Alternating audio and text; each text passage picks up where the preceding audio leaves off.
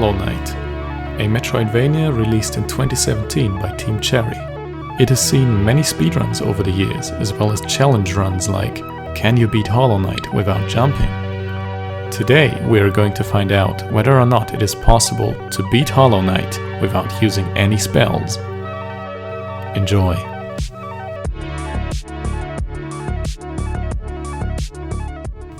Before we can get into the actual run, we first need to define what exactly is and what isn't a spell. Now, I came up with the definition that everything that consumes soul counts as a spell. So, all of your abilities like Vengeful Spirit, Descending Dark, or even just healing are spells and therefore not allowed in this run. What you are allowed to use, however, is your Dream Nail, because that doesn't consume any soul when you use it. Okay, now that we've got the boring stuff out of the way, let's get right into it. So, when we first drop into Hallownest, the first thing we do is, of course, talk to Elderbug, because otherwise the run doesn't count. Next, basically every single speedrun category goes to the False Knight, beats him up, and then gets the Vengeful Spirit from the Snail Shaman. However, there are two major problems with this strategy. First off, we just don't need Vengeful Spirit because we're trying to avoid using any types of spells. Also, if we collect Vengeful Spirit there, the Shaman just locks us up in his basement and then, oh wow, look at that guy. we literally can't hit him except with our Vengeful Spirit. And that is a big problem, because there is also one of these guys blocking off the entrance to Green Path, which is where we need to go at the start of the game. So, does this mean our run is already over? No, it does not, because there is one very obscure, extremely hard to pull off speedrunning trick that allows us to hit an Elder Baldur with our nail. And to make this trick happen, we need the Long Nail Charm. And we're gonna get it by first killing Gruzmother and then throwing ourselves into the husk below. Now, there it is very important that you die to the right of this pillar, because if you die to the left of it, your shade will respawn in the arena, which we don't want, because we need to pogo off of that shade to get to Salubra's shop, because we don't have the dash yet. And so once we go inside the shop, we buy the Long Nail Charm, we get out, and we get back to that Elder Baldur in Green Path. At this point I still thought, hey, this is gonna be easy, right? No, it wasn't. It really wasn't. I spent literal hours together with some very amazing people from the Hollow Knight speedrunning community to figure out a strategy to, at some point, land a hit on this guy. The big problem there is that you need to execute two pixel perfect and frame perfect inputs in succession to land even a single hit on this guy. And my first hit took me just under 2 hours. Oh shit! Let's go, dude! Let's go! But shortly after that, I found out that you need to land 12 hits on this guy. To which I said, nah, fuck that. And I just installed debug mod to make my nail do 69 damage to kill this guy in one more hit. Let's go! Yes! Oh my god! Next up, we need to find Hornet.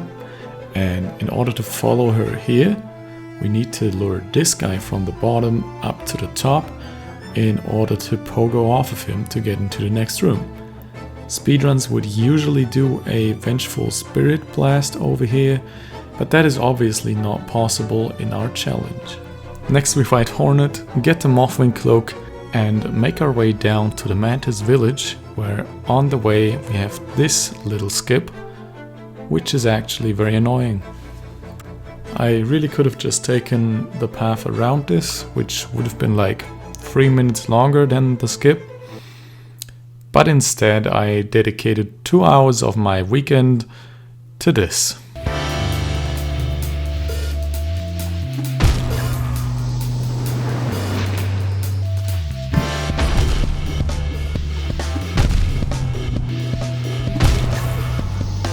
Then I realized that I could use my shade to get some extra height.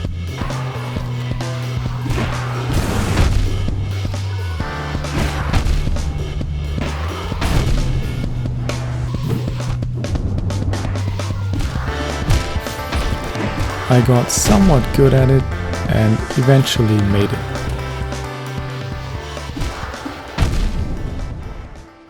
Yes! Now we can just collect the Mantis Claw and head back to Salubra's shop, where we will perform our next skip, which starts off fairly similar to the last one we did when we wanted to get up to Salubra's shop. However, this time we are aiming even higher. This time we want to lure the shade very high up, so we can pogo off of it and get onto the platform which leads us to the Dream Nail. And once we've encountered the Dreamers, we will of course get our very own Dream Nail, which is gonna be very helpful in just a second, because next we're going to go to the City of Tears and fight the Watcher Knights. Now, the Watcher Knights are actually pretty difficult, to say the least, in this run. While you can of course drop the chandelier to take one of them down, you will very soon realize that the remaining 5 are pretty darn tough. Each one of them has 220 health. Now, that may not sound like a lot for a boss in the end game, but remember, we still have a level 1 nail which does 5 damage per hit. So in total you have to hit each Watcher Knight 44 times, which means you have to land 220 hits with 5 health and without healing a single time. Damn, dude.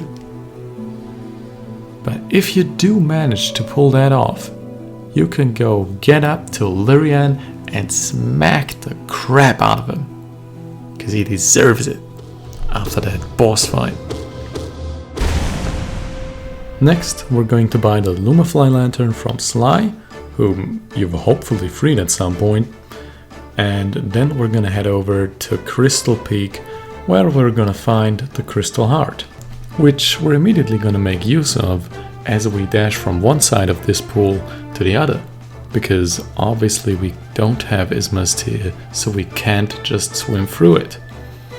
This opens up the way to Monomon's Archive, which is where we need to go next, and also where we're gonna find our all-favorite boss, Uwu, who this time around has a whopping 300 health, which means 60 nail hits from us. And to put that into perspective, for every time he is stunned, where you can actually hit him, you can get 4 to maybe 5 nail hits in.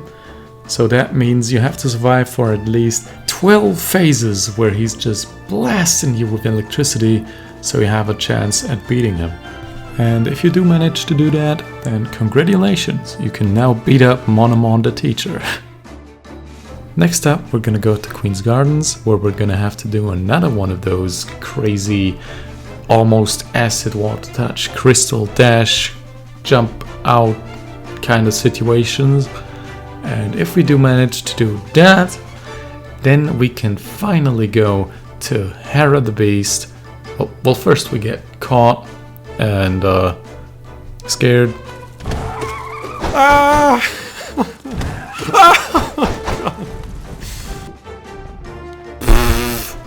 And then we can take out Hera and finally get to the Black Egg Temple to fight the Hollow Knight.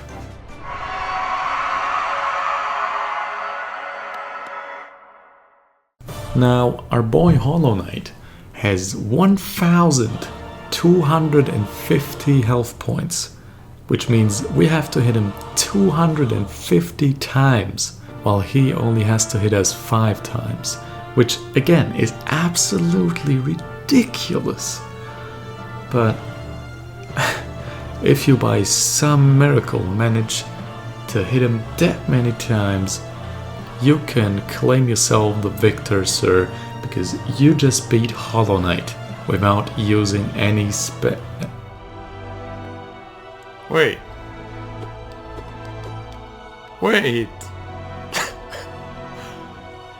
Wait! No!